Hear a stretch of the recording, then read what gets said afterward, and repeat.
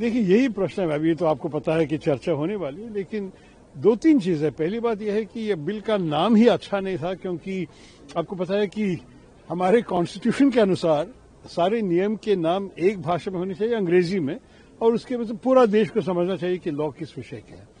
तो आपको पता है कि इन्होंने दो भाषा इस्तेमाल की है बिल के नाम पे। महात्मा गांधी जी के नाम को हटा दिया, वो तो बहुत बड़ी बात है।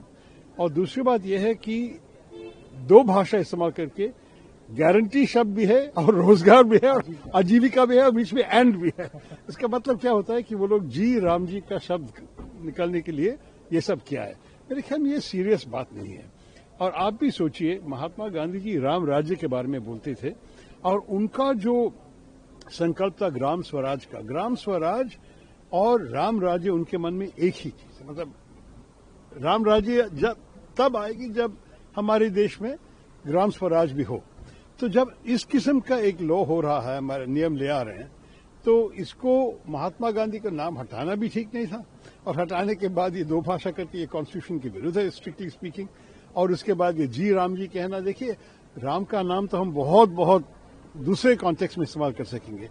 आप महात्मा गांधी का नाम हटाने के लिए, इसलिए मैंने कहा कि राम का नाम बदनाम मत करो, यही ये लोग कर दिया है। मेरे ख्याल में उसके दूसरी भी चीजें हैं, क्योंकि आपको पता है कि ये जो बेरोजगारी सेंट्रल गवर्नमेंट के तरफ से सारे पैसे जाते थे, अब वो कहते हैं कि 40% प्रदेश को देना पड़ेगा, और बहुत प्रदेशों के पास इतना पैसे नहीं है।